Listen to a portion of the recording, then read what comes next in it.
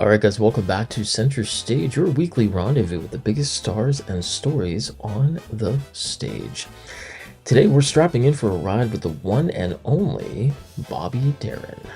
Yes, we're diving into Just in Time, the electrical Broadway musical that wasn't just a show. No guys, this was a party. A highly intense, brass-fueled, brilliantly choreographed 242 performance party at Broadway's Circle in the Square Theater. Now guys, this isn't your grandma's bio musical. No. This show, starring the incredible Jonathan Groff, captures the relentless heart on his sleeve ambition of a man who lived his whole life knowing his clock was ticking. Guys, Just in Time is a jukebox musical with a book by Law and Order producer Warren Leight and playwright and stage comic Isaac Oliver. Now, based on the life of American pop rock singer Bobby Darin, the musical chronicles both his life and his career, following his journey from a sickly child in East Harlem to a global smash sensation. Now, the production features an interesting twist on the biomusical format by having the lead performer introduce himself as the actor before actually transforming into the musical's lead, Bobby Darin. Now, the musical covers Darin's career highs, including his breakout novelty hit Splish Splash, and his career-defining standards Mac the Knife and Beyond the Sea. It also explores his personal turbulence, his intense but ultimately doomed relationship with singer Connie Francis, his marriage to and disastrous divorce from actress Sandra Dee, and unfortunately his lifelong health struggles, which contributed to his intense ambition and his early death at age 37. And after finding fame, fortune, and a fantastic set of pipes, the only thing left for Bobby to conquer was, well, his own family tree, which, as it turns out, was less of a stately oak and more of a terrifying pretzel-shaped bonsai. The musical builds up to the major revelation of a long-held family secret. The woman Darin believed to be his sister was actually his biological mother. And oh wait, the woman he thought was his mother was his grandmother. Because, a man who sings Mac the Knife can't possibly have a simple, straightforward life. That's not how you sell tickets to a biographical musical. Because folks, when your sister turns out to be your mother and your mother turns out to be your grandmother, well, you know you're in for one heck of a third act plot twist. Now, the creative process for bringing the music and the life story of Bobby Darin to the Broadway stage in Just in Time was highly deliberate, focusing on immersion, performance, and avoiding the impression trap of many biomusicals. The primary goal here was to capture the electrifying energy of Bobby Darin's famed nightclub acts, such as those at the Copacabana and the Sands. Now, the team early on chose the Circle in the Square Theater, which is a unique space where the audience surrounds the entire stage, hence the theater in the round concept. Now, scenic designer Derek McLean transformed the venue into an immersive nightclub with lit cabaret tables for premium audience members right near the action. This intimate setting was essential for fostering the immediacy and connection Darin sought with his own audiences. The production also features a live 11-piece band placed prominently on the stage, making the music a visceral, in-your-face element of the drama. Now, a crucial decision by Alex Timbers and orchestrators Andrew Resnick and Michael Thurber was to not have the actors do note-for-note impressions of Darin, or other singers like Connie Francis. The orchestration sought to make the music feel alive for right now, using acoustic instruments available in the 50s and 60s, but applying modern production techniques to give it an urgent electric feel. The opening number, a mashup of Start Up Something and Just in Time, was deliberately chosen to be a phonetic bongo Judy Garland-esque thing that immediately felt like being shot out of the cannon, setting a tone of urgency and high energy. Now, to handle the complexity and fast pace of Darin's life and the need to explain Darin's relatively niche status to modern audiences, the show employs a porous fourth wall. Basically, Darin introduces himself as the actor before transforming, and the characters frequently snap their fingers to freeze the action and delivers sidebar conversations directly to the audience. This snap and freeze device is later adopted by Sandra Dee, which allows her to take over the narrative reins and offer her own perspective on her volatile relationship with Darin, counteracting his version of events. Well, things just got a little more spicy. The major challenge in the creative process stemmed directly from Darin's own life story. Now, Darin lived with the knowledge that he likely wouldn't live past 16 due to a weakened heart, which gave his career a relentless ambition and an urgent pace. The musical had to capture that ticking clock without becoming overly depressing. So, director Alex Timbers focused the production on celebrating Darin's constant reinvention and passion. Darin was a genre-hopping songwriter, rock and roll novelty act, swing crooner, folk artist, comedian, and Oscar-nominated actor. Yeah. The biggest challenge fell to the lead actor, who had to convincingly portray all of those sides, requiring him to take drum and piano lessons for what he called his most dance-heavy role. Integrating the complex family secret, his sister was his biological mother and his mother was his grandmother, required delicate narrative handling to explain the context while still delivering the shock that was central to Darin's emotional life. The consensus here is that the creative team successfully used the immersive staging and a brilliant lead performance to turn a somewhat challenging biography into a highly theatrical and celebrated musical event.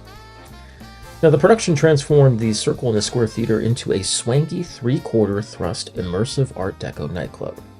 Try saying that 5 times fast. Swanky three-quarter, yeah, okay, we get it. This solved the problem of conveying Darin's famed cabaret charisma and life urgency. The audience is in the Copacabana, in the moment. Cast members walk around the aisles and interact with the audience, creating an electric, immediate atmosphere that matches Darin's relentless energy. Now, fun fact and spoiler alert, the sound design even included tiny speakers built into the club tables. Oh yes, to enhance clarity and immediacy. That's right, guys. We're talking about tiny, highly specialized speakers surgically implanted into the cabaret tables. It wasn't dinner theater, folks. It was surround sound surveillance. And if you spilled your drink, well, you may have just shorted out the entire third act revelation. So when the lighting designer asked for $100,000 worth of lights and the scenic designer needed a custom-built rotating stage, this sound designer simply said, forget the cost. Just give me 30 bespoke microscopic speakers and a carpenter who knows how to hide a woofer under a champagne flute. That's right, guys, those little speakers in the table meant that even if you were checking your phone, Bobby Darin's voice was quite literally coming up through the appetizers to guilt you into paying attention. Talk about immediacy. The fact that the show continuously breaks the fourth wall, however, gives this show permission to quickly move through complex biographical details without getting bogged down in traditional drama. While Darin's life story could be overly focused directly on him, the director ensured that the women in his life get their time to shine. When Darin's behavior becomes classically bad or complicated, the show allows Dee to symbolically snap her fingers and freeze the action, giving her agency to comment on his self-absorption. This prevents the musical from becoming a simple biography and addresses the unflattering side of Darin's ambitious persona. Bobby, if you're up there listening, I'm sorry, pal, but we have to agree that the creative team on this one, you were charming, you were dynamic, you had the voice of a velvet angel. But sometimes, man, a genius needs an editor. And when you're a complex, ambitious crooner in a Broadway musical, sometimes that editor has to be the gorgeous, brilliant women you married, giving the audience a much-needed real version of events. Otherwise, Bobby, it's not a compelling musical. It's just a very long, very expensive concert where we only hear your side of the story, and nobody snaps their fingers for that. The general consensus from critics and audience members alike suggests that the show is highly accessible, but might not satisfy every type of theatergoer. Well, are you new to Bobby Darin? Well, you don't need to know his story. As one actor put it, the music and the story of a talented person racing against time will resonate with anyone. Are you a follower of his past career?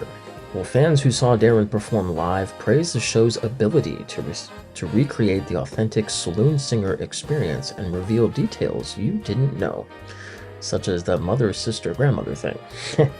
Now, even if you're a jukebox traditionalist, you will also be satisfied. Why? Well, it uses hits, the show's structural innovation and immersive atmosphere elevated above typical biomusicals.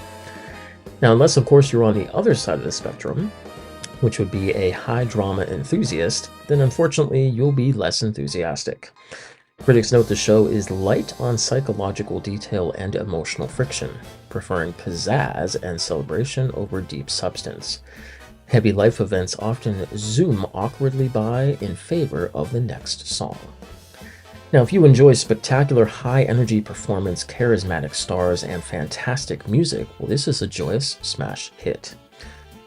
Of course, if you require complex, deep, dramatic analysis of a character's flaws, the kind that requires a 6-hour, 4-act production and leaves you contemplating the tragedy of one man's existence, well, you might find Just in Time a little fast. The show knows what it is. It's a celebration. It's here to swing, sell records, and remind you why Bobby Darin was the coolest guy in the room. If the critics wanted to see an hour dedicated to the socio-psychological impact of his early mortality, fine. But the rest of us are busy in the front row tapping our feet to Beyond the Sea and enjoying the pure, unadulterated pleasure of a show that knows how to party. The musical originated as the Bobby Darin Story, a series of 5 concerts in 2018 at the 92nd Street Y, starring Jonathan Groff as Darin. Now this is where the entire concept for the Broadway musical Just in Time officially began. It was presented as part of the 92Y's Lyric and Lyricist series, which celebrates great American songwriters by weaving their music into a biographical narrative. Now the show itself was conceived by Ted Chapin, who was then the producer of the Lyric and Lyricist series. His goal was to tell Darin's life story through his own music and biographical commentary. Chapin specifically sought out Jonathan Groff for the role, believing that Groff possessed the unique combination of singing, acting, and charisma needed to channel Darin's persona without doing a mere impersonation. This early collaboration cemented the partnership that carried over to Broadway. Well, fast forward, folks, to April 2025, when Just in Time would officially open its doors to Broadway audiences at the Circle in the Square Theater, where it would run for 242 performances. Now, the show successfully avoided being a simple impression. Jonathan Groff focused on channeling Darin's relentless energy, charisma, and urgency, rather than doing a note-for-note imitation of his voice, making him widely praised for his intensity and his vulnerability. The run was deemed a commercial and critical success, evidenced by his healthy number of performances. Now, along with shows like Moulin Rouge the musical, Just in Time set the bar for the immersive jukebox musical. It proved that the genre can be elevated beyond a simple concert with dialogue by fully utilizing the Broadway venue to create a unique theatrical event. The show is a prime example of a vehicle designed to utilize the supernova charisma of a contemporary Broadway star. It's a testament to the power of a performer to transcend the sometimes thin narrative of a biomusical, suggesting that future productions may increasingly rely on an actor's brand and star power to sell the show. On a lighter note, the show is famous for its physical intensity. Groff's exuberant, sweat-drenched performance in the intimate space created a buzz. The audience splish-splash zone, which symbolizes the visceral, unadulterated passion of live theater that the show celebrates. Now, if you did happen to miss the Broadway run, well, shame on you. You had your chance to see the full immersive table speaker enhanced version, and now you have to live with the regret. But fortunately for your conscience and for your ticket buying habits, the show is preparing to launch a massive North American tour in June of next year. No excuses this time. But seriously though, was it a deep, sprawling drama? No. Did it deliver an unforgettable theatrical experience? Absolutely. This show succeeded by embracing the very best of Bobby Darin, the charisma, the pizzazz, and the sheer force of will. It was a spectacular showcase for its lead star and a master class in how to use immersive staging to make a story truly feel alive. Now, the legacy of Just in Time is that it proved the power of a performer to transcend the narrative and create a theatrical event so electric, so urgent, you simply had to be there. Now, if you did have a chance of seeing Jonathan Groff on stage, you know one thing for sure. The man delivered an absolute masterclass in sweat equity. Because let me tell you, when you put that kind of powerhouse performance into a tiny immersive three-quarter thrust stage, the front rows aren't getting theater, they're getting a mist machine. Guys, as you go about your day, remember the drive that fueled Bobby Darin. The knowledge that even with limited time, you can achieve greatness. And when you finally hear that music live on tour, you'll feel exactly what he felt every time he stepped out on stage. A feeling of hope, of possibility, of looking out at the world. So getting back to sweat equity, just a final reminder. Next time you see the tour schedule, make sure you buy a ticket for a seat at least 6 rows back. Otherwise, you're not just watching the show, guys, you'll be participating in it. More like, splish splash, I'm a taking a bath, right up there in the first row. Yes, I was soaked, my shirt was soaked, from the sheer humidity of the show. Take care, guys.